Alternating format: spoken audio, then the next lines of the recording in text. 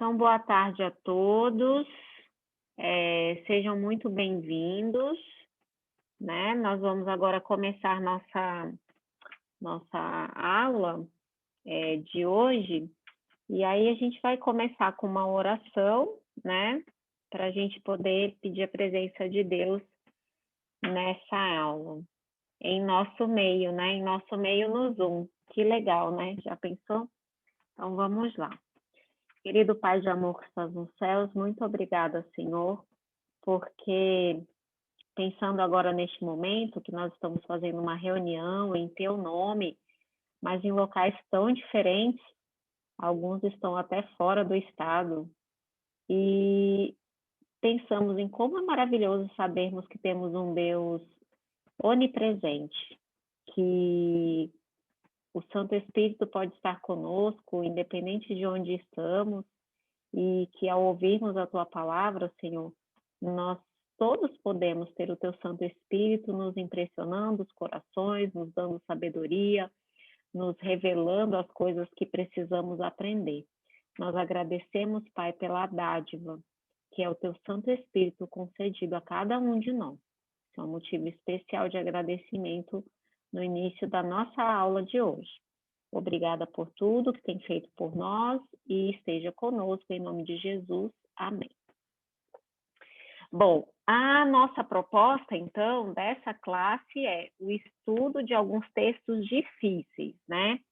Na última aula, que foi 15 dias atrás, eu trouxe um texto que eu particularmente demorei muito a entender, e vou lhe ser sincera para vocês, se uma pessoa me pedir uma explicação daquele texto que nós trabalhamos, né, que é um texto dizendo que Jesus, enquanto esteve na sepultura, pregou aos mortos, quando ele é mal interpretado, é isso que soa, né?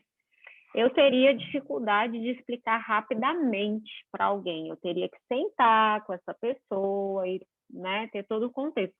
E muitos dos textos que nós vamos ver aqui, eles realmente têm esse tipo de perfil, assim, você não consegue, isso aí é super simples, basta você entender tal coisa. Não é bem assim, né? Até porque eu sempre gosto de dizer, a gente não pode ignorar o conhecimento, o pano de fundo, né? A cosmovisão daquela pessoa que está conversando com a gente. Então, se aquela pessoa que está conversando comigo, ela tem uma cosmovisão de ateísmo, já fica mais difícil. Se ela tem uma cosmovisão espírita, aí eu já tenho que pensar em outras coisas. Se ela tem uma cosmovisão pentecostal, então eu já tenho que ter outras coisas em mente. Então, eu sempre tenho que pensar, nunca é tão simples assim, porque a pessoa ela tem motivos para acreditar do jeito que ela acredita, e a gente não precisa simplesmente menosprezar o caminho que ela fez para chegar no entendimento que ela tem hoje, né?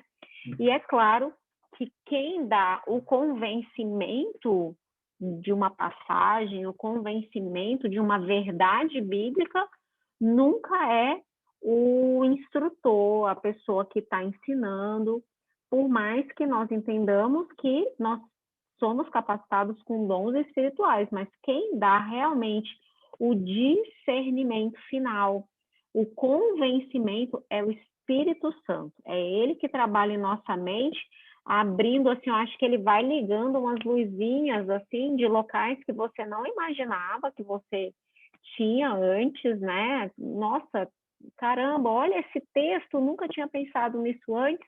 E é muito legal isso, né? Por isso que estudar a Bíblia é tão legal, porque você vai realmente descobrindo coisas e iluminando coisas que antes estavam escuras. Eu fiz uma proposta para vocês no fim do mês de julho, que foi nós fazermos algumas aulas, né?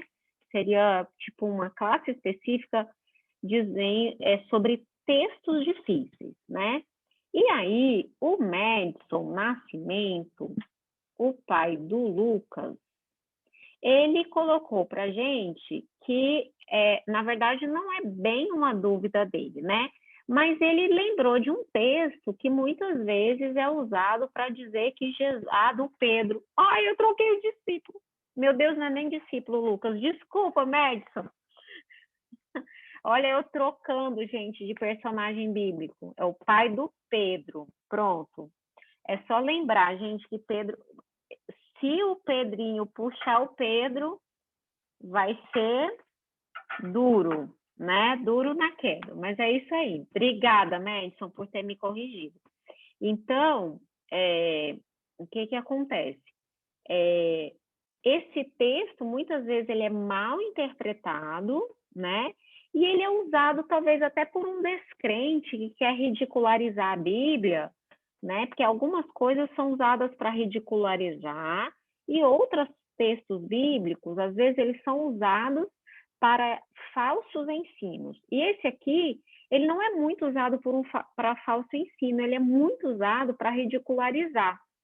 Então, o que as pessoas dizem ao ler essa primeira parte da parábola aí, né, de Lucas 16, que é o texto que a gente vai entender hoje? Elas dizem que Jesus ensinou ele elogiou um comportamento desonesto, trapaceiro, né? Então, é isso que a gente vai entender hoje. Será que é isso mesmo? Claro que a gente que estuda a Bíblia vai falar assim, claro que Jesus não fez isso, mas a gente tem que saber explicar por quê. Então, vamos lá. Então, vamos entender textos difíceis. Hoje é a nossa aula 2, tá? E aí a gente tem... E aí, assim, quando eu fui ler essa parte, eu falei, legal, é só Lucas 1, 16, do 1 ao 13. Só que aí eu percebi que depois, na continuação, nós tínhamos uns textinhos difíceis. Então, a gente tem, depois disso, Jesus falou um negócio que, assim, para mim, inclusive, é mais difícil ainda de explicar, porque pode ser usado, inclusive, para um falso ensinamento, foi quando Jesus disse que a lei e os profetas vigoraram até João. Olha só que coisa complicada. Será? Como assim a lei só durou até João, e esse João aqui seria João Batista, tá, gente? Na época, né, Jesus ele já tinha morrido, ok? Mas ele fala, olha, a lei e os profetas só duraram até João. Então, será que a lei realmente acabou com João? Não tem gente que diz que a lei foi pregada na cruz? Então, isso é mais um texto aqui, né, para a gente entender de Lucas. E a última parte de Lucas 16, gente, para mim é a pior parábola que existe. Eu não gosto dela, porque ela é uma parábola que eu acho que ela dá margem para um dos piores ensinamentos que a gente tem, né? Um dos ensinamentos mais falsos, que é da vida após a morte. E eu brinco assim, que tem coisa que Jesus podia ter deixado de falar e essa parábola seria uma delas. Vocês sabem que isso aqui eu estou falando, obviamente, num tom de brincadeira, mas é porque aí quem quer entender essa parábola tem que cavar um pouquinho mais fundo, é a parábola do rico e do Lázaro. E essa parábola, será que ela está me ensinando que existe céu e inferno, né? E aí o Madison lembrou que essa parábola daria margem para aquele tormento eterno, do inferno eterno, né, gente? Será que a pessoa, assim que morre, ela vai para algum lugar? Será que é isso que essa parábola está ensinando? A gente não vai trabalhar essa parábola hoje, a gente vai trabalhar semana que vem, tá bom? Então, se você tem dúvida, já guarda aí sua dúvida para a semana que vem. Então, nós vamos começar com a parábola do administrador infiel. Está lá em Lucas 16, de 1 até o 8. Tem alguém que gostaria de ler para mim? Lucas 16, aí vai ler do 1 até o 8. A parábola em si, a parábola toda. Todos tímidos? Posso ler ela? Por favor, fique à vontade. Do 1 até o 8. Ok. Disse Jesus também aos discípulos: havia um homem rico que tinha um administrador, e este lhe foi denunciado como quem estava a lhe defraudar os seus bens. Então, mandando chamar, lhe disse: que é isto que ouço a teu respeito? Prestas contas da tua administração, por que não pode mais continuar nela? Disse o administrador consigo mesmo: que farei? Pois meu senhor me tira a administração. Trabalhar na terra não posso. Também de mendigar tenho vergonha. Eu sei o que farei, para que, quando for demitido da administração, me recebam em suas casas. Tendo chamado cada um dos devedores do seu senhor, disse ao primeiro: quanto deves ao meu patrão? Respondeu ele: 100 cados de azeite. Então disse: toma tua conta, assenta-te depressa e escreve 50. Depois perguntou ao outro: quanto tu deves? Respondeu ele: 100 coros de trigo. Disse-lhe: toma tua conta e escreve 80. E elogiou o senhor administrador infiel, porque se houvera atiladamente, porque os filhos do mundo são mais hábeis na sua própria geração do que os filhos da luz. Gente, que história, né? Aí, assim, e tem gente que acha que a corrupção é algo moderno, né? O negócio é feio, né? E a gente vê, assim, é impressionante como parece uma coisa assim, que alguém pegou uma história atualíssima, né? Mas era Jesus contando uma história, e vocês sabem, todas as vezes que Jesus contava uma parábola, ele usava coisas que eram próximas ao povo, que o povo conseguia entender, visualizar. Tinha que ser uma história para eles palpável, sabe? Para eles poderem realmente se sentirem dentro daquela situação. Então, a primeira coisa que a gente tem que pensar é quando e onde essa parábola foi dita. Com base em outros textos, aí eu vou dizer para vocês, porque assim a gente não consegue encontrar nesse texto, mas a gente consegue pensar em Lucas 15, e Lucas 15 é o trio mais famoso de parábolas que existe. Lucas 15 é a parábola da dracma, da ovelha e do filho pródigo, né? Então, a dracma perdida, a ovelha perdida e o filho pródigo, ou seja, as 3 parábolas mais famosinhas assim, que a gente tem. E eles foram... Lucas 16 acontece pouco depois de Lucas 15, então ele é situado mais ou menos no ano 31 da nossa era, que seriam ali nos meses finais, tá? Os meses finais do ministério de Jesus. Jesus deve ter morrido, obviamente, fim de abril, início de maio, né? Em torno de abril. E, teoricamente, isso aí teria ocorrido em janeiro, fevereiro. Numa região que era além do Jordão. Então, Jesus não estava em Jerusalém quando ele ensinou isso. Ele estava numa região chamada Pérea. Ele passou um tempinho lá ensinando, ok? Quando você vê quem estava ali ao redor, e a gente vê depois no restante dos capítulos, você vê que Jesus, assim, ele estava cercado primeiramente aos discípulos. Você vê que no início, o versículo 1 começa assim: Jesus disse também aos discípulos. Mas vocês sabem que onde Jesus estava sempre tinha um públicozinho ao redor. E na continuação, lá no verso 14, a gente descobre que tinha fariseus ao redor, tá?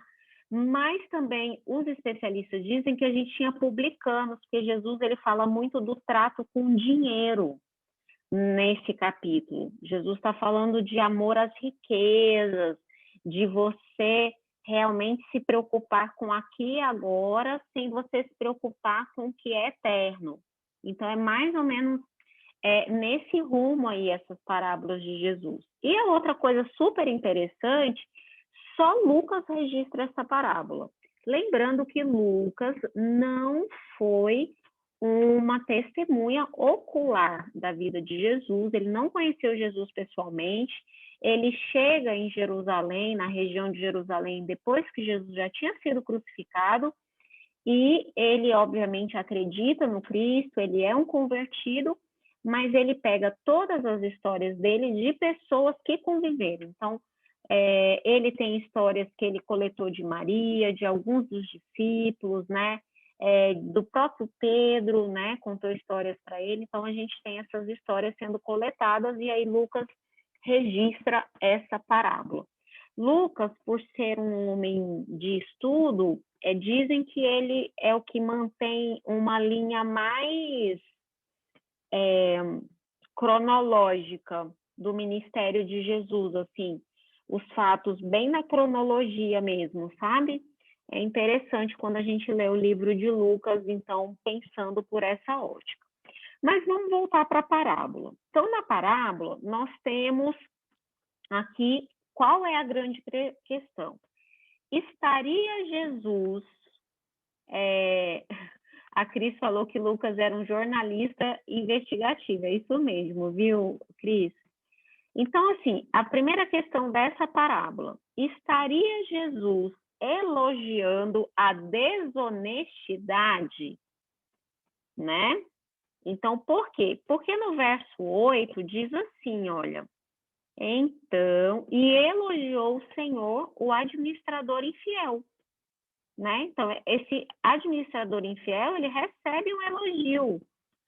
Então, vamos entender aqui esses personagens. Nós temos dois personagens principais. Nós temos um homem rico e um administrador desonesto. Esse administrador, gente, ele é claramente um homem livre, ele não era um escravo. Ele era um homem assalariado, né? Até porque ele ia ser demitido. Então, ele era um cara que ele estava sendo desonesto e a expressão aqui para o início da parábola é que ele vinha realmente depredando o patrimônio do seu patrão. Então, tipo, não foi um errinho contábil que ele fez, não foi uma besteirinha, não foi uma propinazinha que esse homem pegou, né? Não foi um dinheirinho que ele embolsou. Na verdade, o homem rico descobriu que ele vinha fazendo coisas há muito tempo. E aí, quando o desfalque foi descoberto, ele falou assim, aí é interessante que esse homem rico dá aviso prévio. Vocês perceberam que ele dá um aviso prévio? Ele falou assim, olha, coloca as contas todas em dia, porque você vai, né, ser mandado embora. E aí, isso deu tempo do administrador, do mordomo, pensar numa estratégia. E é muito interessante que ele fala assim, e agora? O que vai ser de mim? Eu já entendo que esse cara não tinha feito um pé de meia. Ele não tinha um pé de meia, ele não tinha se capitalizado com esses roubos que ele fez. Porque ele fala assim, eu não consigo ir trabalhar no campo, né? Tipo, como administrador, ninguém mais vai me contratar, obviamente. Então, eu não consigo ir trabalhar no campo porque eu não tenho força para isso. E eu tenho vergonha de mendigar. De que eu vou viver? Então, o homem não tinha do que viver. E ele pensou, eu já sei o que eu vou fazer. E esse homem começa a fazer um esquema, gente, de troca de favores.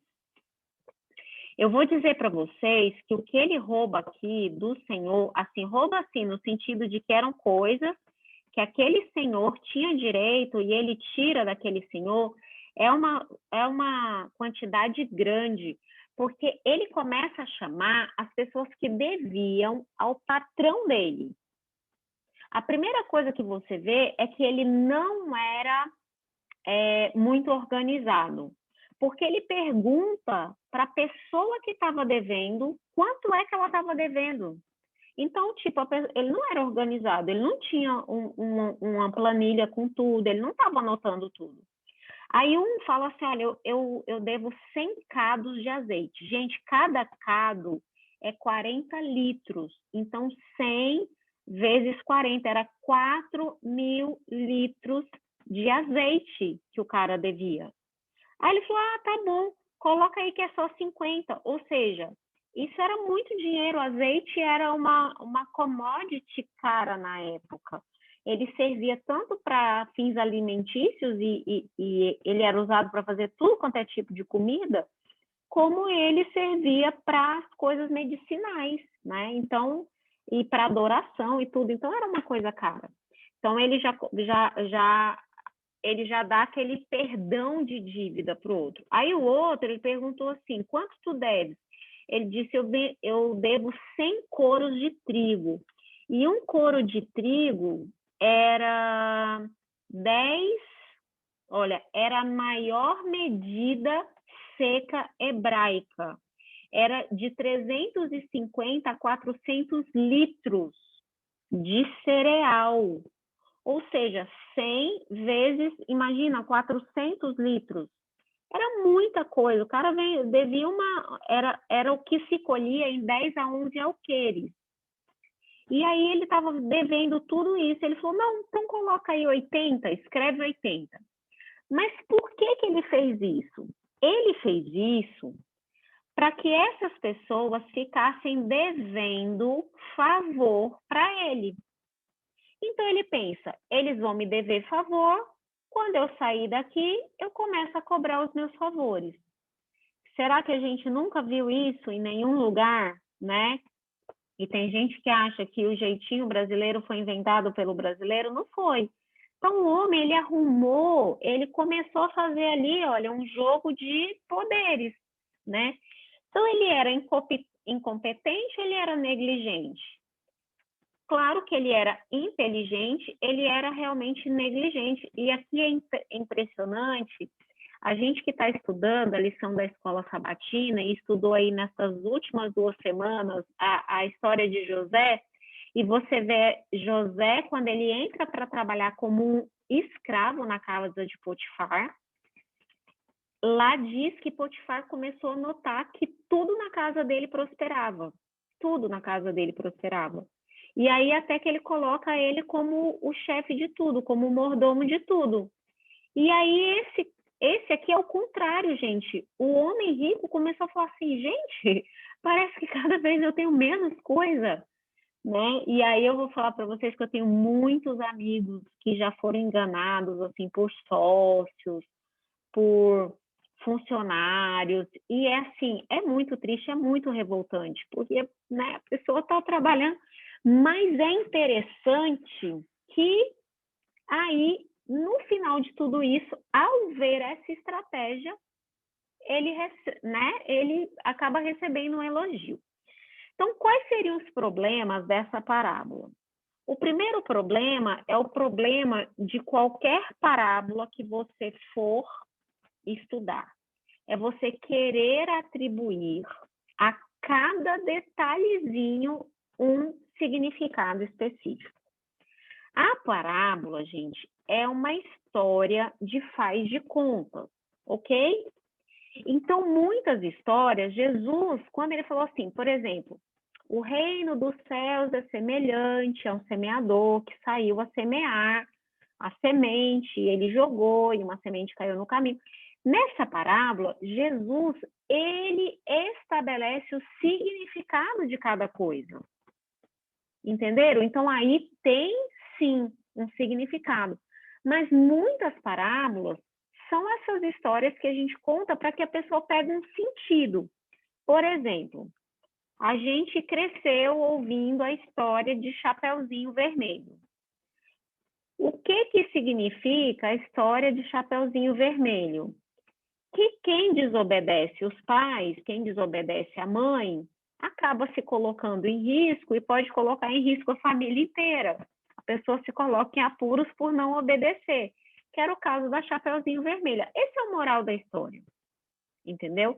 Mas aí tem gente que ele quer o significado na floresta, no Chapeuzinho, na criança, no lobo, na vovozinha, na casa da vovozinha, no caminho que foi feito. Então ele começa a estabelecer significados para todas as coisinhas e aí ele se perde no contexto maior, que é aquela grande lição que a pessoa queria dar. Então, obviamente, estou só citando um exemplo, tá? Então, aqui, a parábola, a gente tem que ter cuidado com isso, porque geralmente as parábolas, Jesus explica depois. Quando ele gasta tempo explicando detalhe por detalhe, ok, tá, gente? Quando ele não gasta, a gente também não precisa falar, né? Olha, o Madison lembrou de uma coisa, né? Quando ele diz eu sou a porta, ele não queria dizer que ele era que as pessoas, né, iriam passar por dentro dele. E é isso mesmo, né? Então, assim, é figura de linguagem. Então, parábola é uma figura de linguagem estendida, gente. É uma história com um fim de ensinamento, tá? Com A aplicação, e agora eu vou dizer uma palavra que para alguns talvez seja difícil, uma aplicação homilética, ok? O que é uma aplicação homilética? É uma aplicação, assim, de um sentido, sabe? Assim, um ensinamento espiritual, não necessariamente um ensinamento teológico. É muito diferente. Por exemplo, se eu pego Apocalipse 13, Apocalipse 13 é uma profecia apocalíptica, cheia de símbolos. Eu posso até fazer uma aplicação homilética, né, um ensinamento, assim, moral de Apocalipse 13? Posso, mas não foi para isso que Apocalipse 13 foi escrito. Apocalipse 13 foi escrito como uma profecia que deve ser desvendada símbolo a símbolo. Então, são tipos de textos diferentes, né? A gente não lê Machado de Assis como a gente lê Guimarães Rosa, ok? São escritores de tempos diferentes, de momentos diferentes, com contextos diferentes, né? Então, eu tenho que pensar de uma forma diferente. A mesma coisa é eu pensar numa parábola. Muita gente, inclusive, diz que aqui o homem rico, ele representa Deus. Será que representa Deus mesmo? Não necessariamente, porque aqui Jesus não fala que o homem rico representa Deus. E será que Deus elogiaria um comportamento desonesto? Aí é complicado. A outra coisa complicada é a gente achar, que aí eu acho que é um pouco parecido com a primeira questão, que é a interpretação alegórica, que é realmente, assim, cada pedacinho da parábola corresponder a algo. Não necessariamente, é uma história num contexto todo e que eu vou tirar dali um sentido, uma moral. E aí a gente entender, né? Parábola é o seguinte, Jesus está tentando me ensinar algo. Qual é a lição central desse algo que ele quer me ensinar? E é isso que a gente vai ver agora, tá? Então, a primeira coisa é assim, Jesus elogiou a desonestidade do administrador infiel. Vamos ler lá em Lucas 16, 8, quem fez o elogio, né? Verso 8, e elogiou o Senhor, o administrador. E esse Senhor aqui, gente, está com S minúsculo, é o Senhor, que é o homem rico, tá? É o patrão que elogiou. Parabéns, você, né? Você agiu com sabedoria. Tipo assim, eu vou até dar um spoiler, você conseguiu se garantir, né? Tipo, você sabia que você ia ser mandado embora, você conseguiu se garantir. E Jesus, ele pega essa história horrorosa de desonestidade para ensinar uma lição para a gente, né? Você vê bem que o homem rico, ele não apoia o comportamento. Por que ele não apoia? Como é que eu sei que ele não apoia? Que ele só estava elogiando a inteligência, a astúcia do outro. Porque ele mandou ele embora, né? Perfeito. É isso. Tipo, ele mandou... E assim, e vamos supor que ele tivesse... Nossa, esse cara é muito inteligente, eu não posso ficar sem ele. Ele contratava de volta, né? Mas não é isso que acontece. Ele está sendo mandado embora. Parabéns, você é inteligente pra caramba, astuto, mas eu te quero longe de mim, né? Ele elogia aqui, gente, a esperteza, sabe? A diligência, assim, o empreendedorismo do cara. Tipo assim, ele se virou nos 30, com os últimos diazinhos que restava dele, ele fez questão de garantir o futuro dele. É isso que ele falou, assim, você realmente bonita, hein? Tá aí, né? Porque às vezes a gente fala, poxa, a pessoa ali né? Você sabe ver realmente que a pessoa teve os requintes do pensamento, tá? Por que ele elogia? Porque o administrador, ele usa as últimas oportunidades que ele tinha de ficar bem na fita com alguém. O patrão dele, ele já tinha perdido, ele tinha descoberto tudo, mas ele agora tinha que ter alguém para cobrar favores, né? A Cris fez uma pergunta boa. Será que foi um elogio irônico? Então, Cris, eu até dei uma entonação, né, parecendo irônico aqui, mas você sabe que o texto, ele não dá margem, assim, para pensar que foi ironia. Ele dá margem para falar assim, olha, inteligente você é. Tipo assim, você conseguiu se garantir, mas não é de irônico, assim, ele estava realmente dizendo, olha, você é astuto, mas tipo assim, você é astuto, mas você é desonesto, eu não te quero, ou seja, você, nos dias finais, trabalhando para mim, você conseguiu se garantir às minhas custas, né? Mas não soa, assim, nenhum comentário que eu vi diz que foi algo irônico, sabe?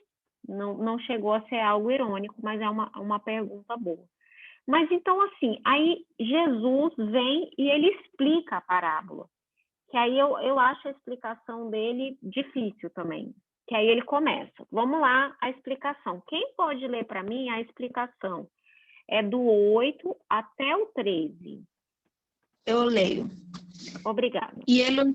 E elogiou o Senhor, o administrador infiel, porque se houvera atiladamente, porque os filhos do mundo são mais hábeis na sua própria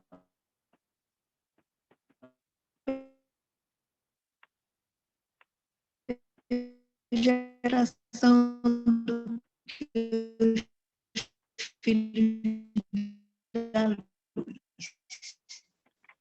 E eu vos recomendo, das riquezas de ouro, elas vos faltarem, esses amigos, justo no pouco, também é injusto no muito. Se, pois, não vos tornastes fiéis na aplicação das riquezas de origem injusta, quem vos confiará a verdadeira riqueza? 12. Se não vos tornastes fiéis na aplicação do alheio, quem vos dará o que é vosso? 13. Ninguém pode servir a dois senhores, porque ou a um de aborrecer-se de um e amar ao outro, ou se devotará a um e desprezará ao outro.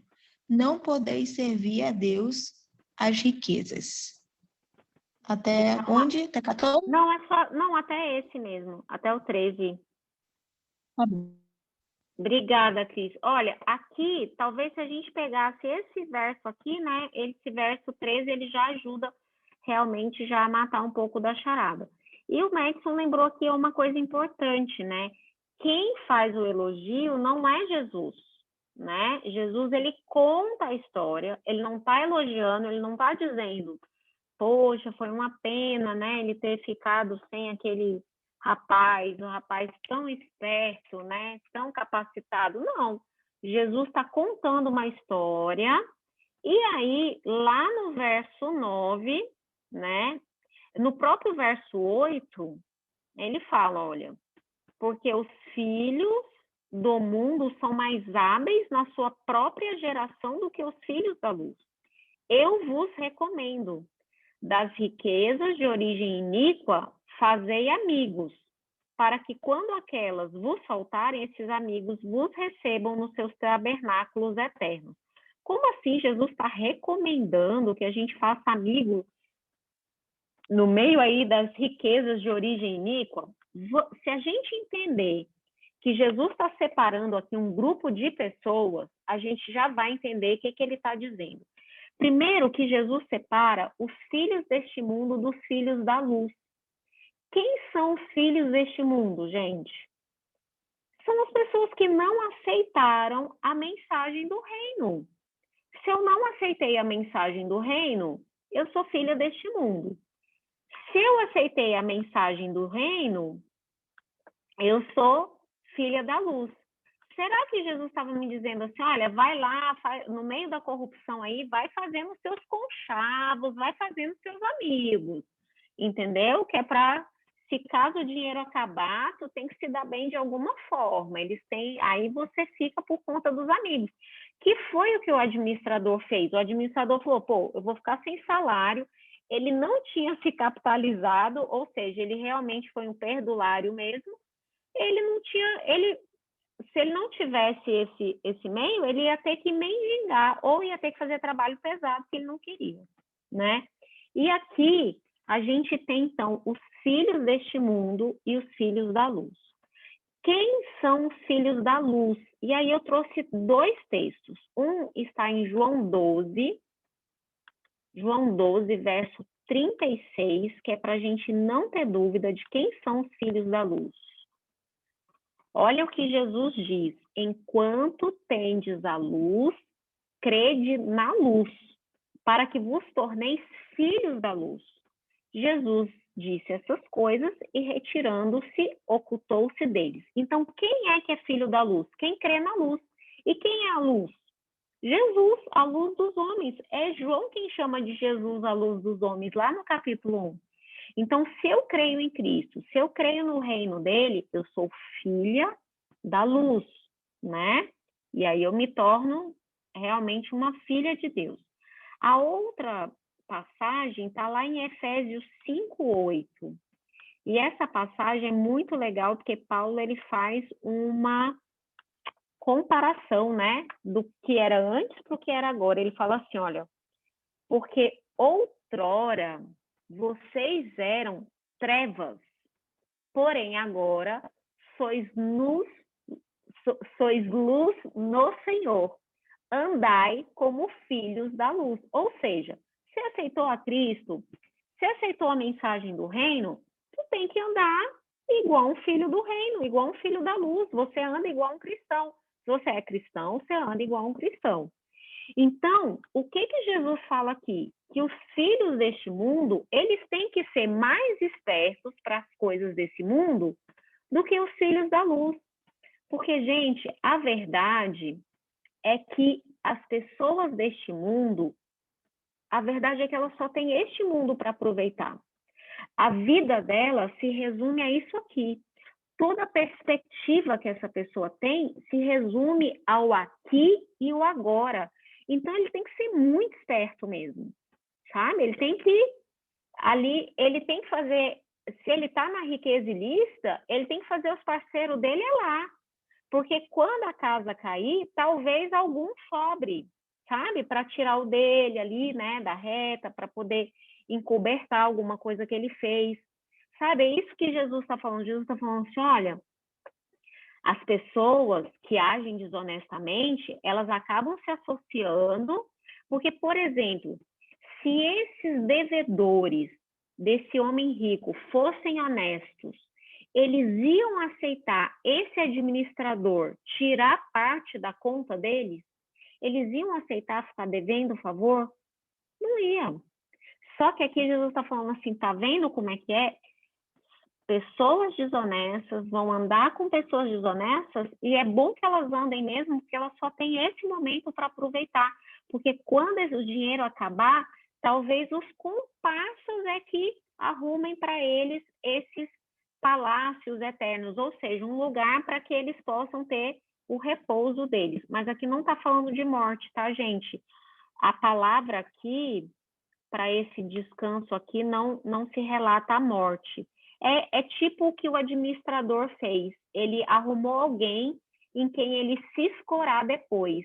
Ele ia bater lá na casa do cara, e lembra que eu te perdoei lá, aqueles 50 cabos lá de azeite, 200 litros de azeite, hein? E aí, rola aí um por fora aí pra gente, entendeu? Então, é isso que ia acontecer. Então, ele ia cobrar os favores, né? E no verso 9, tem uma coisa interessante também, olha. Espera aí, vamos voltar. Eu tenho que voltar aqui, gente, porque eu estou lá em...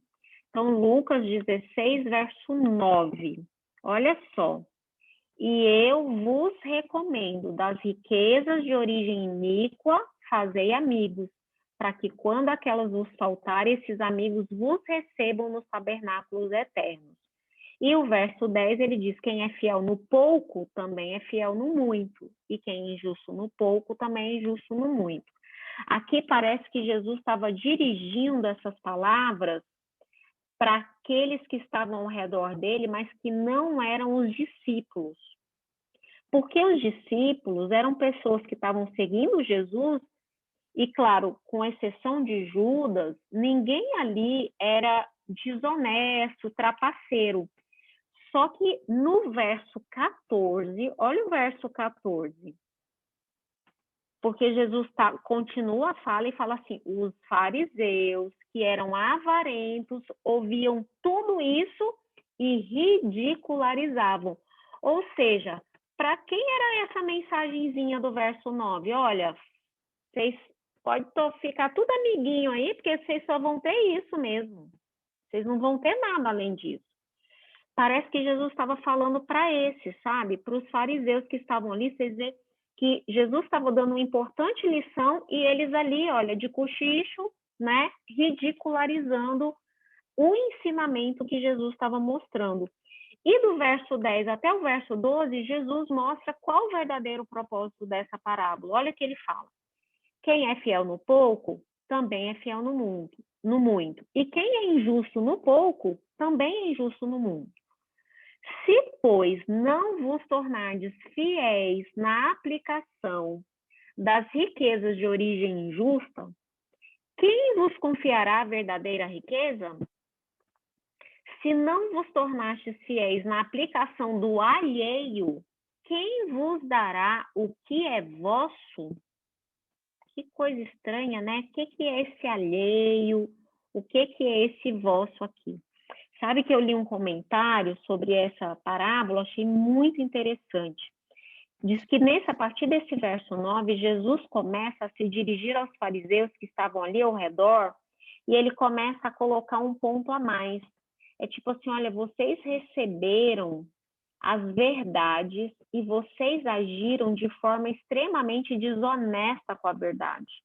E hoje vocês são aí avarentos, só pensam, né, em receber o dinheiro, só pensam em como subir, né, mais um patamar socialmente, né? Vocês só pensam em vocês, ou seja, o egoísmo, a ganância. Então, assim, vocês não conseguem ser fiéis nem naquilo que é injusto. Como é que eu vou entregar para vocês a verdadeira riqueza? E aí, quando a gente pensa em verdadeira riqueza, gente, eu lembro da parábola da pérola de grande preço. Lembram da parábola da pérola? Um homem que ele foi num campo, aí ele viu uma pérola e aí ele compra aquele campo, né, para poder guardar aquela pérola. Então, as verdades do reino de Deus eram a verdadeira riqueza. Então, Jesus estava falando assim, olha, vocês não conseguem ser honestos nem com o que é terreno, nem com o que é daqui. Imagina se vocês vão ser honestos com a verdade que foi confiada a vocês, com as coisas que vêm do alto. Vocês não vão ser honestos. E aí é onde entra essa coisa do alheio, que eu gostei muito da explicação e achei duas passagens para a gente poder entender aqui, olha. Então, ele fala assim, se vocês não conseguem ser honestos com o que é alheio, então o que é alheio? Vamos lá para Deuteronômio 8, verso 18. Deuteronômio 8, vamos ler o verso 17 e 18, porque aí vai ficar dentro do contexto. 17 e 18. Diz assim, ó, não digas, pois, no teu coração, a minha força e o meu poder do meu braço me adquiriram essas riquezas. Antes te lembrarás do Senhor teu Deus, porque é Ele que te dá força para adquirires riqueza, para confirmar a sua aliança, que sob juramento prometeu a teus pais, como hoje se vê.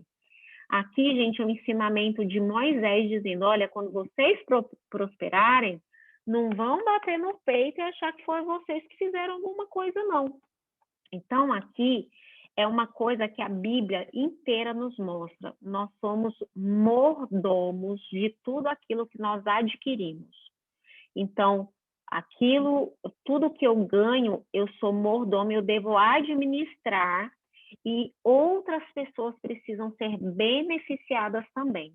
Então, Jesus estava dizendo assim, se vocês não conseguem ser honestos com bens materiais que nem é de vocês mesmo, isso é tudo de Deus, tudo pertence a Deus, toda prata, todo ouro, Ele é dono de tudo. Vocês não conseguem ser honestos com isso? Como é que vocês vão ser honestos com o que é vosso?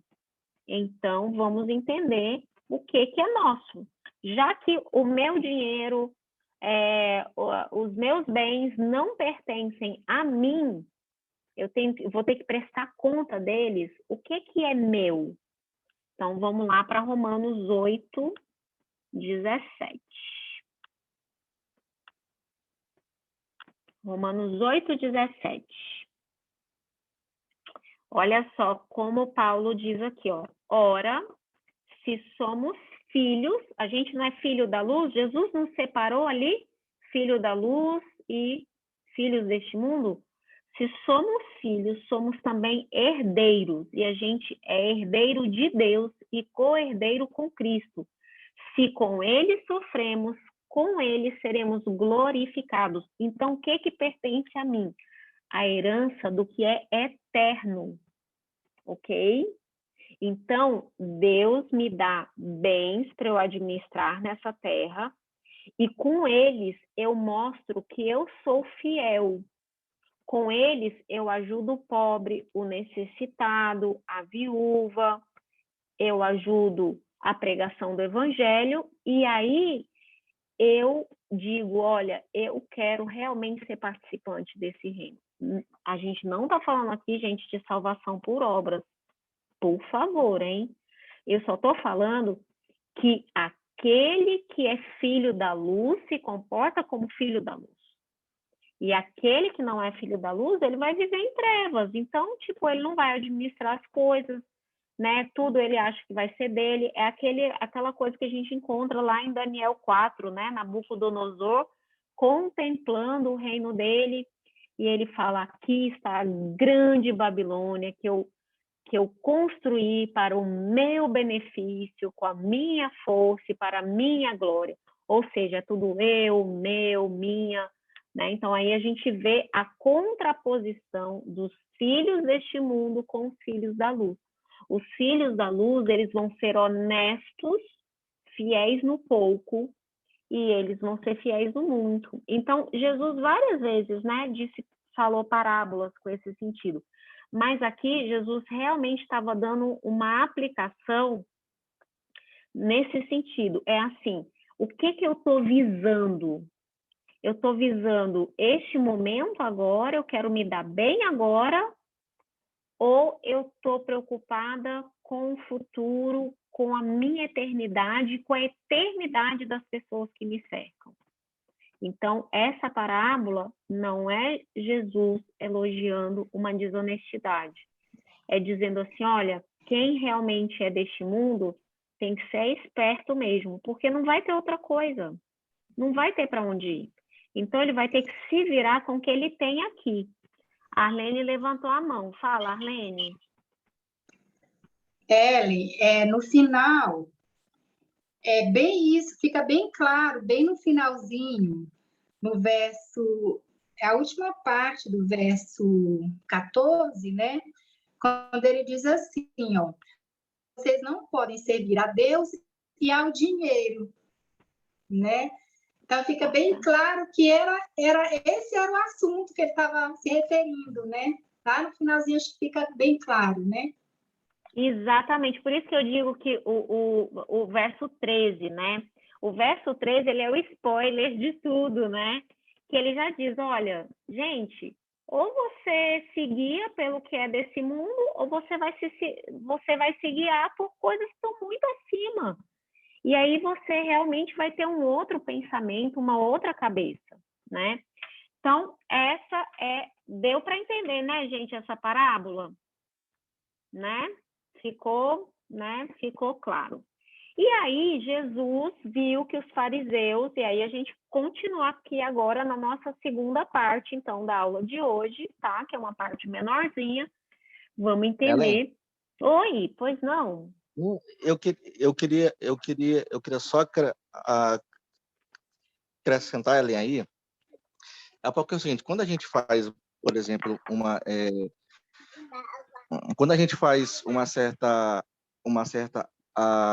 análise de um texto, é importante que a gente saiba quem é a pessoa que está, quem é a pessoa que fala esse texto e, e também quem é a pessoa que recebe, né?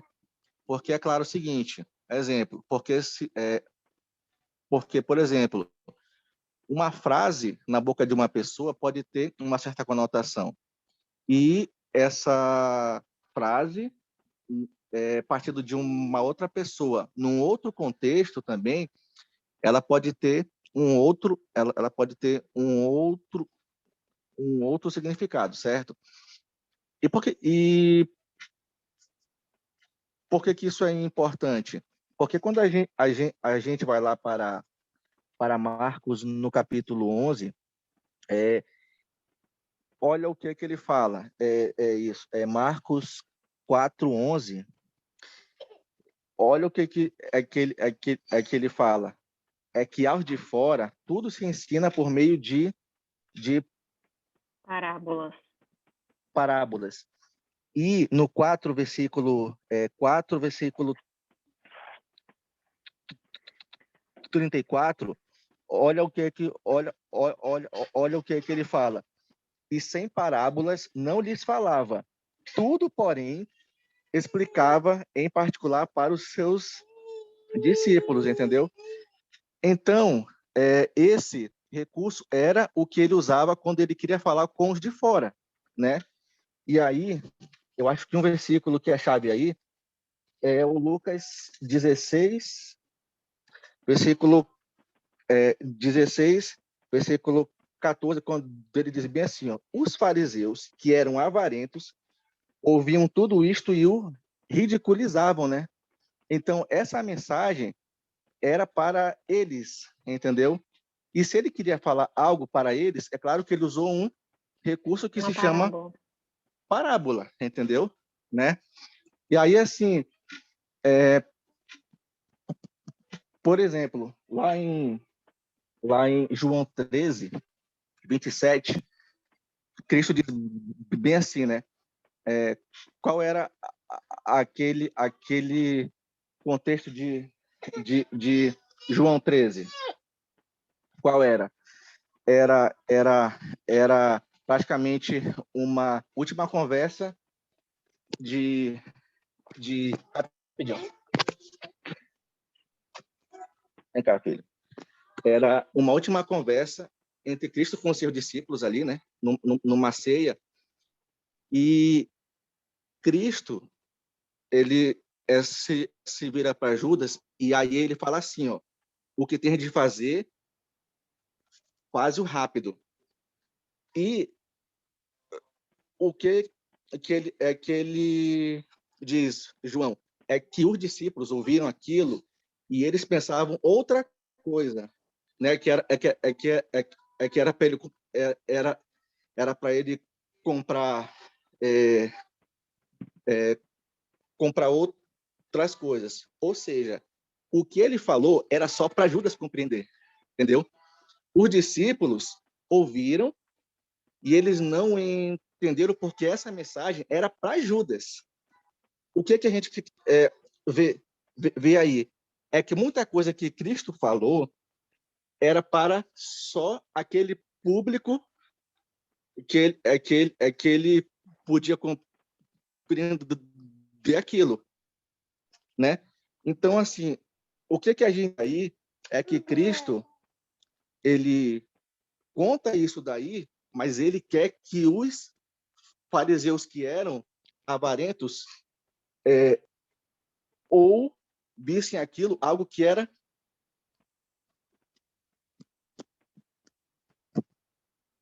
para eles, né?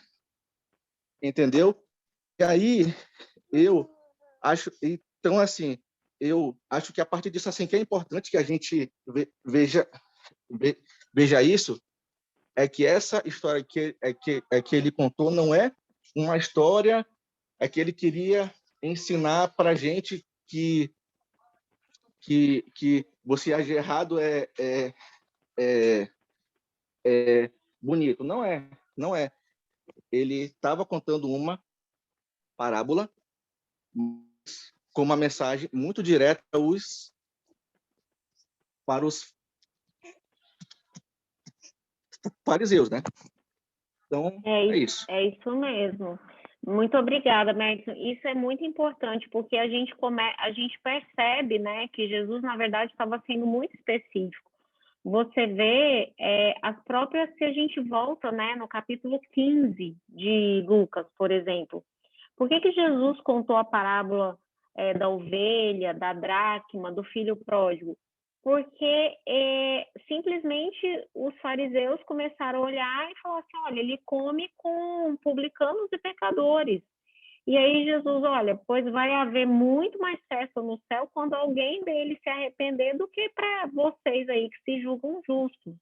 Então, realmente, tinha um público, uma audiência específica, né? Mas é claro que os apóstolos que estavam ali, neste momento, eles também entendem, poxa, eu tenho que andar como um filho da luz, que pensa nas coisas do alto, né? E ser honesto com aquilo que me está sendo dado. Porque você imagina que, e os apóstolos todos seguiram, né, esse conselho, com exceção de Judas, o quanto eles foram honestos com a verdade que foi dada a eles, né? Com os ensinamentos que eles tiveram. Eles viveram o restante de sua vida pautados nesses ensinamentos e deram a vida desses ensinamentos. E aí você vê realmente a honestidade deles como servos, né, daquele Senhor. A Vanja até colocou aqui uma passagem de Atos 20 e 30, que é uma passagem que lembra uma coisa interessante, até mesmo entre vocês se levantarão homens que distorcerão a verdade a fim de conquistar seguidores. E, Vanja, esse texto é perfeito para essa segunda parte aqui da aula, que é justamente a parte que vai a partir do verso 14, tá? Então, verso 14 até o 17. Olha o que Jesus, olha o que Lucas conta para a gente e depois Jesus vai falar. Os fariseus, que eram avarentos, ouviam tudo isso e o ridicularizavam. Mas Jesus lhes disse, ou seja, eles estavam ali tudo, né, no cochichinho, Jesus olha para ele e fala assim, vós sois os que vos justificais a vós mesmos diante dos homens. Mas Deus conhece o vosso coração, pois aquilo que é elevado entre os homens é abominação diante de Deus. Ou seja, Jesus agora ele fala até um pouquinho, olha, vocês acharam bonito e astuto o que aquele administrador fez? Pois isso é abominação diante de Deus. Eu acho que a gente casa bem até a gente pensar nisso. Mas Jesus estava dizendo assim, vós sois os que vos justificais a vós mesmos. Como que os fariseus se justificavam? Se justificavam através da obediência estrita às leis, uma obediência externa impecável. Lembrar de outros textos que a gente tem, eles davam o dízimo, né, do endro e da hortelã e do cominho, ou seja, eu fui ali na hortinha, aí eu colhi um ramo de coentro para colocar na comida, então, peraí, quanto custa um ramo de coentro no hortifruti? Custa tanto. Então eu tenho que dar esse dízimo aqui, porque eu estou usando isso na comida. É isso que eles estavam, né? Isso que Jesus estava falando. Então ele falou, vocês se justificam diante dos homens, mas Deus conhece o vosso coração. Então ele sabe que a prática da lei, ele sabe que a obediência de vocês não parte do coração de vocês. né? E aí Jesus fala uma frase que casa muito com esse textinho que a Vanja colocou para a gente, né? Que surgiriam muitos no meio de nós, pegando textos, né? Pegando ensinamentos e deturpando para poder fazer servidores. E aí a gente vê muita gente usando esse texto aqui, olha. A lei e os profetas vigoraram até João. Desde esse tempo, vem sendo anunciado o evangelho do reino de Deus, e todo homem se esforça por entrar nele. E é mais fácil passar o céu e a terra do que cair um tio sequer da lei. Então, peraí.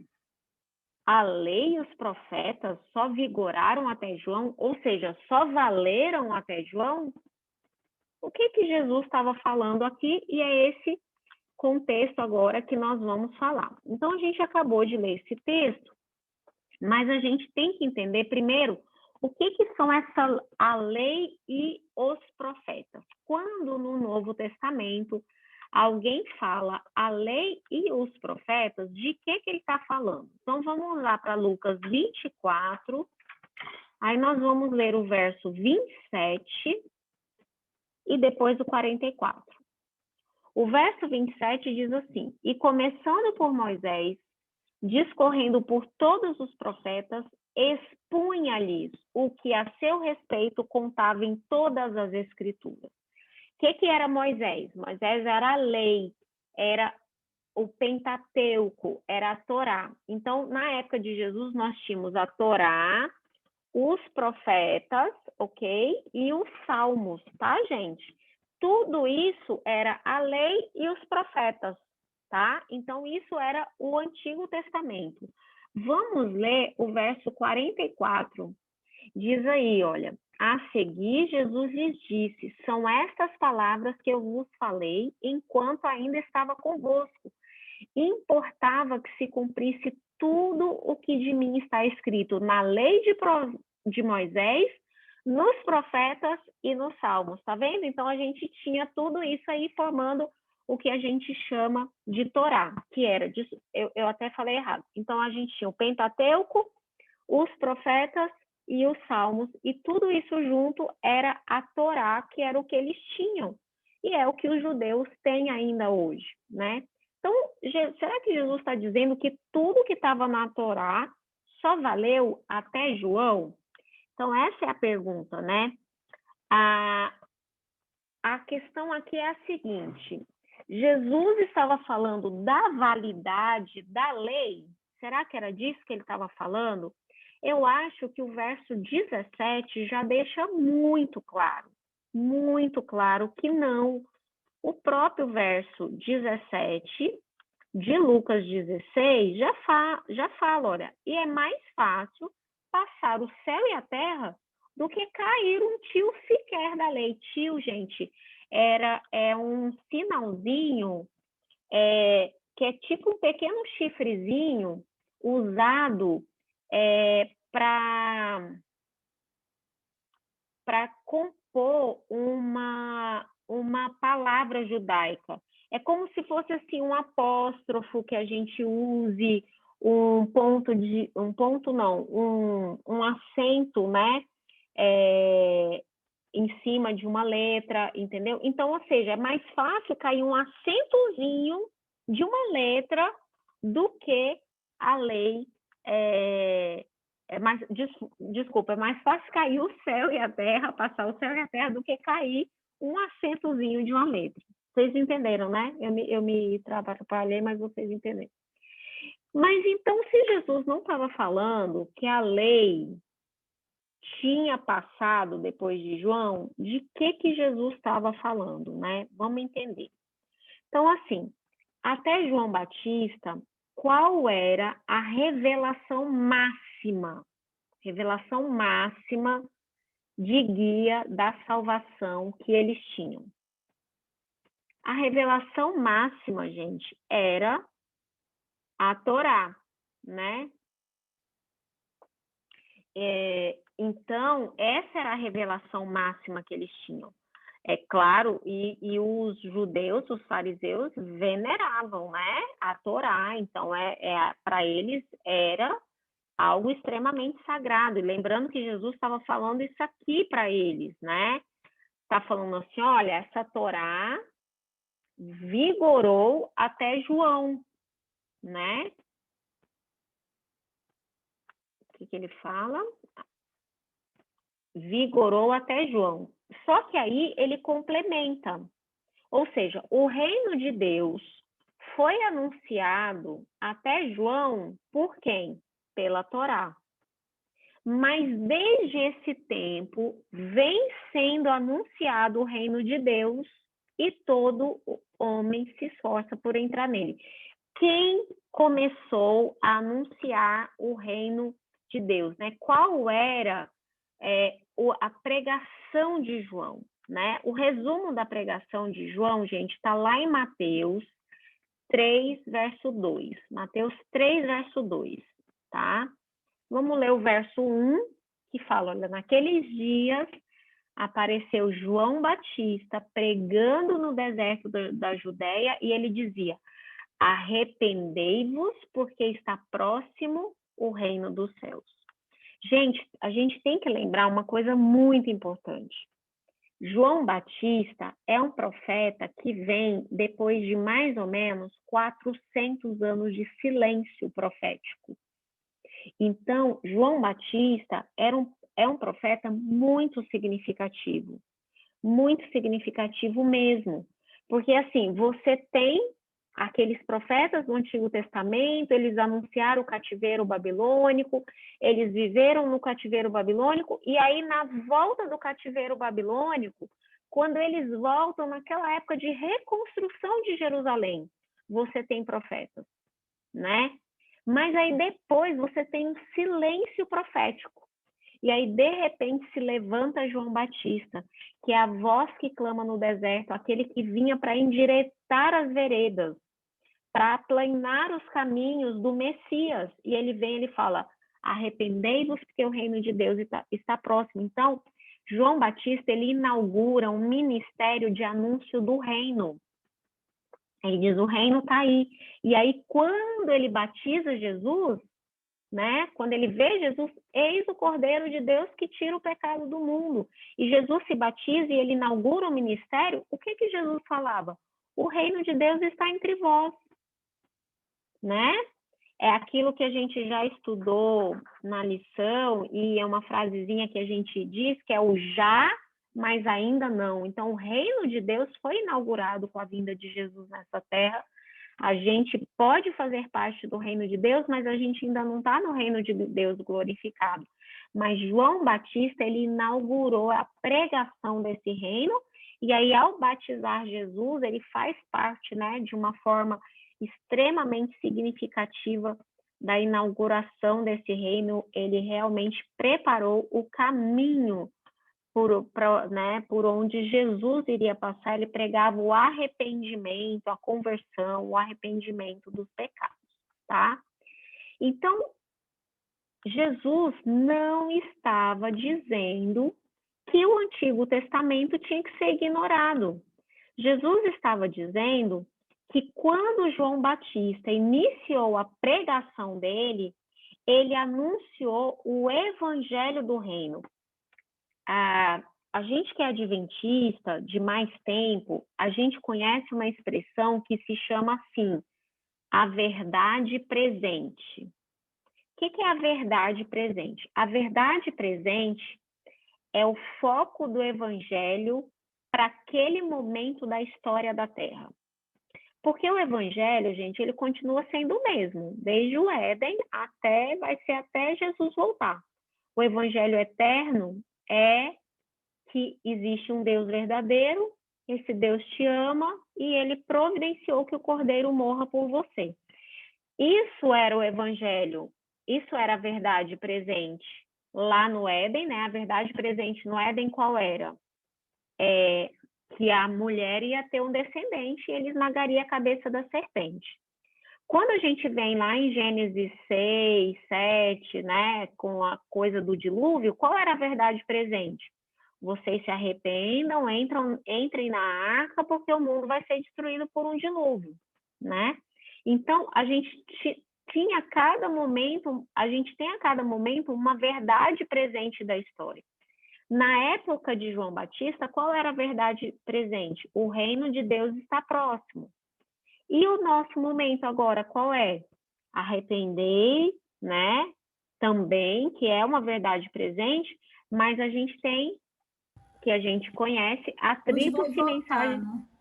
Jesus vai voltar, exatamente. E aí a gente lembra, acho que foi a Rose que falou, né? Que eu conheço essa voz. A gente tem que lembrar que esse reino de glória vai inaugurar dentro de pouco tempo, e a gente tem que lembrar da tríplice mensagem angélica, que é temer a Deus e dar-lhe glória, pois é chegada a hora do seu juízo, e adorai aquele que fez os céus, o mar e as fontes das águas, né? E aí vem a segunda mensagem angélica dizendo que Babilônia vai cair, ou seja, toda falsa religião vai ser destruída, vai acabar, vai ter um fim. E a terceira mensagem angélica que diz o seguinte: olha, quem segue a besta vai morrer com a besta, mas aqui está a perseverança dos santos, os que guardam os mandamentos de Deus e a fé em Jesus, ou seja, no fim deste mundo vai ter só 2 grupos. Então, essa é a mensagem que a gente tem para este momento. Jesus está voltando, está tendo um julgamento no céu, ele é o Deus criador de todas as coisas, né? E aí Jesus diz, olha, a lei e os profetas, ou seja, aquelas verdades, aquela maneira, assim, não me entendam mal, é aquela maneira de se expressar a verdade, ou seja, todas as promessas de que o Messias viriam, de que o Messias viria, elas duraram até João, porque quando João veio, João não pregou um Messias que estava longe, João pregou um Messias que estava perto. Estava ali, já estava ali entre eles, exatamente. Já era o que o apóstolo João fala, já é o verbo se fazendo carne e habitando no meio deles. Então, as promessas todas vigoraram, né? Todo o texto bíblico vigorou até João, porque o papel da lei dos profetas era mostrar que o reino de Deus viria, mas agora o Messias já estava ali. E aí Jesus, ele Oi? Diga. Não, assim, bom, assim, o que eu acho também que eu acho também que ele quis dizer aí é assim, que a lei e os profetas vigoraram até João, né? Cristo, ele não aí Cristo, ele não inclui a pessoa de João aí à toa, assim, do nada, entendeu? Até porque se a gente que somos humanos, quando a gente vai construir uma frase, a gente constrói pensando no que a gente quer dizer com aquilo, quanto mais Cristo que é Deus, né? Entendeu? Uhum. O que é muito diferente, assim, por exemplo, quando a gente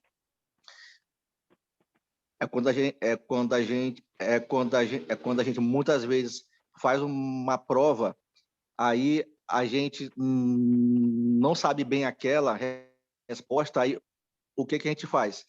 Aí o que a gente faz, né? Você pega, enche linguiça, que é para deixar aquela resposta mais longa para ver se o professor aceita. Cristo, ele não enchia linguiça. Tudo que ele falava tinha um certo propósito, certo? E Sim. ali, ele estava falando com o público que não aceitava ele, que eram quem? Os judeus. Os fariseus, né? Ali. Fariseus, né? E esses mesmos que também não aceitavam a João como profeta. E foi esse João que falou que esse Cristo que eles rejeitavam era o Messias. E quando ele inclui ali João, ele, de propósito, diz bem assim, tudo isso que vocês acreditam chegou até João.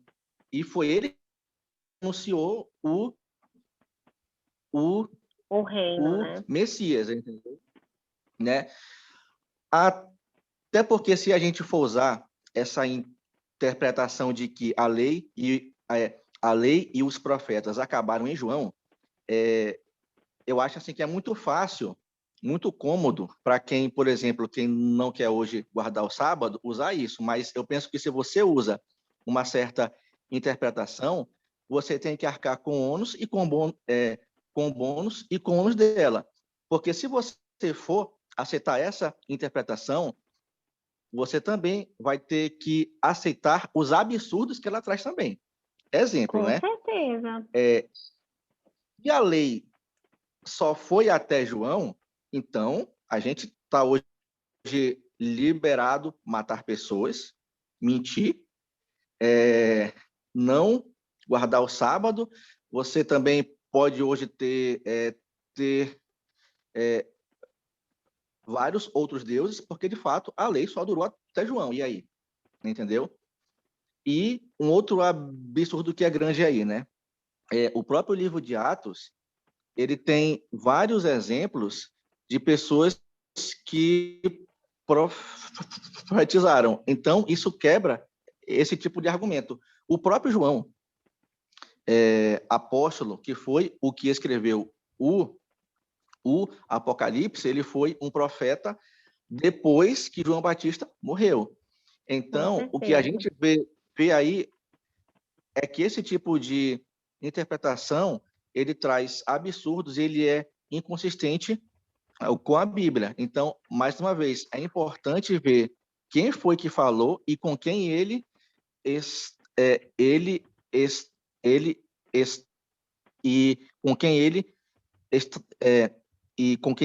estava ali se comunicando, né? Com Porque qual certeza. foi o papel de João, né? Batista? Ele foi um profeta muito diferente de todos os outros, né? Ele não abriu o mar, ele não fez cair fogo do céu, não realizou uma cura. Ele fez uma única coisa, ele preparou para a vinda do Messias, né? Então, assim, ele foi a pessoa que batizou Jesus e ele foi a pessoa que disse bem assim, eis o Cordeiro de Deus que tira o pecado do mundo. Então, basicamente, João Batista foi a pessoa que, de um modo muito claro, disse, esse é o Messias que tinha que vir. E esses fariseus que agora estavam conversando com Jesus, que eles rejeitavam, também rejeitavam a mensagem de João. E Cristo falou bem assim, olha, essa mensagem que vocês dizem que vocês acreditam, que vocês são mestres da lei, pois é, essa mensagem vigorou até esse João que vocês rejeitam. E é esse João que fala que eu sou o Messias, né? Obrigada, Madison. Essa contribuição realmente ótima. Porque, assim, quando a gente entende isso, assim, a gente vê que pensar que esse verso desculpa qualquer desobediência da lei é pensar de uma forma tão pequena, tão rasa e, assim, né, cega, né? Assim, a pessoa tem que estar, na verdade, assim, com, sei lá, um monóculo daqueles de antigamente para pensar que é isso que esse verso está falando, que eu teria que ignorar todo o restante da Bíblia e ignorar todo o restante do Novo Testamento, né? Vamos só ler um textozinho, o nosso texto final, para saber qual era a posição formal de Jesus sobre o Antigo Testamento e sobre a Torá, né? Que eles tinham, que era a Bíblia que eles tinham na época. E isso está lá em Mateus 5, a gente vai ler do verso 17 até o 19. Jesus, Mateus 5, o famoso Sermão do Monte, né? Então, Jesus diz assim, olha, não penseis que eu vim revogar a lei ou os profetas. Ou seja, eu não vim mexer na Torá. Eu não vim revogar, eu vim cumprir. Porque, em verdade, vos digo, até que o céu e a terra passem, nem um i ou um tio jamais passará da lei até que tudo se cumpra. Aquele, pois, que violar um destes mandamentos, posto que dos menores, e assim ensinar aos homens, será considerado mínimo no reino dos céus. Aquele, porém, que os observar e ensinar, este será considerado grande no reino dos céus. Então, assim, qual era o posicionamento de Jesus com relação à Torá? Era o engrandecimento, era o cumprimento de toda a Torá. A gente leu aqueles textozinhos de Lucas 24. Aqueles textos de Lucas 24 é depois da ressurreição de Jesus, que ele encontra aqueles discípulos tristes no caminho de Emaús, e aí Jesus começa, sem que eles percebam quem é, falar para eles de todo o Antigo Testamento, tudo que estava ensinado a respeito dele, todas as profecias. E aí, lá no verso 44, também, ele começa a lembrar os discípulos de tudo que estava escrito nas Escrituras, sobre a vinda dele, sobre a morte, sobre a ressurreição. Ou seja, Jesus veio para cumprir todas as coisas, né? Ele veio para honrar a sua lei. Se a gente continuasse lendo Mateus 5, a gente veria que ao invés de jogar essa lei por terra, Jesus eleva essa lei a um patamar que os fariseus jamais conseguiriam cumprir, né? Por isso que no verso 20 ele fala assim, olha, de Mateus 5, porque eu vos digo que se a vossa justiça não exceder em muito a dos escribas e fariseus, jamais entrarei no reino dos céus. A justiça dos escribas e fariseus, ela era uma justiça externa, né? Ela era algo externo. Então, eles cumpriam, mas eles não tinham dentro deles. A gente tem que lembrar que esse texto ele faz um parzinho lá com Mateus 23, 23, quando ele fala assim, ai de vós, escribas e fariseus, hipócritas, porque dais o dízimo da hortelã, do endro e do cominho, mas tendes negligenciado os preceitos mais importantes da lei, a justiça, a misericórdia e a fé.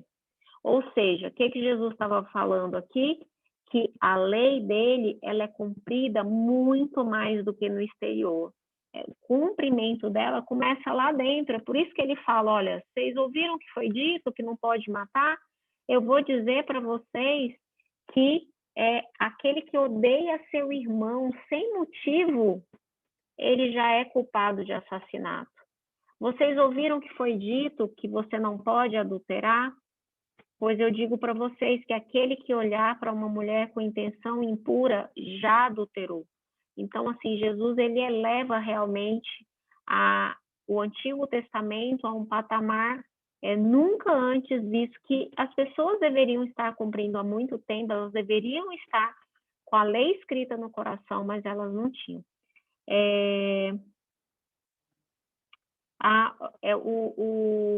O Madison colocou aqui a passagem de Atos 24, 14. Vamos lá, né? Porque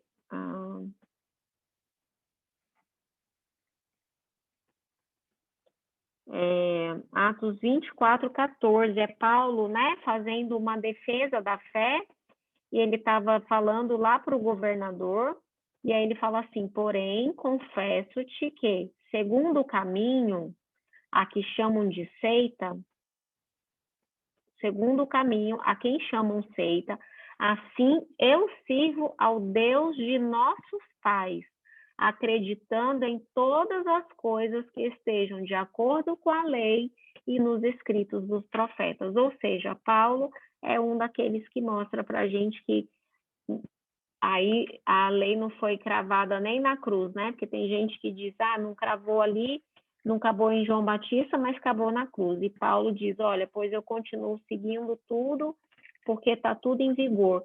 E quando Paulo escreve, né, será que a lei, eu não sou salvo pela lei, mas a lei foi abolida? E ele fala, de maneira nenhuma, né? A palavra em grego é meganoito, mas é assim, de jeito nenhum, né? Então, a lei, ela continua em vigor. Nós entendemos hoje, então, gente, 2/3 de Lucas 16, né? Mas como eu já imaginava, não ia dar tempo realmente da gente ver a parábola do rico e do Lázaro, tá? Que é a última parte de Lucas 16, que é uma parábola que é muito utilizada para justificar a crença do tormento eterno, para justificar o fato de que a pessoa morre e ela imediatamente recebe a sua recompensa. Então, nós vamos entender essa parábola na próxima aula, tá bom? Domingo que vem, tá? Eu não vou mandar o nosso PowerPointzinho da aula, porque a gente ainda tem, né? Na semana que vem, a gente termina Lucas 16 e aí a gente termina esse assunto. E aí eu mando, tá bom? Vamos, então, fechar nossos olhos, vamos orar para nós terminarmos. Querido Pai de amor que estás nos céus, muito obrigada, Senhor, porque a tua lei e os teus profetas, eles vigoram até hoje. Muito obrigada porque o teu povo não foi deixado em escuridão. Nós temos os teus ensinos, nós temos a tua santa palavra e nós temos, Pai, um guia moral para nos guiar neste mundo escuro. Algo que lança luz sobre nós, sobre aquilo que nós somos, sobre o nosso egoísmo, sobre a maldade que praticamos. Porque é para isso que a lei serve, Senhor, para mostrar o quanto nós carecemos de Ti, porque a nossa justiça, Pai, ela nunca vai ser uma justiça maior do que a dos fariseus. Somente a justiça que vem de Ti, Senhor, consegue ser maior. Nós não conseguimos obedecer tudo perfeitamente. Até a nossa intenção da obediência completa, ela é impura, ela é falha e ela é cheia de pecado. Então, Pai, por favor, nos cobre com tua justiça, com teu manto de misericórdia. E esteja conosco durante essa semana. Continue guiando os nossos passos. Em nome de Jesus. Amém. Amém. Eu vou, então... Amém. Obrigada, Ellen. Por nada.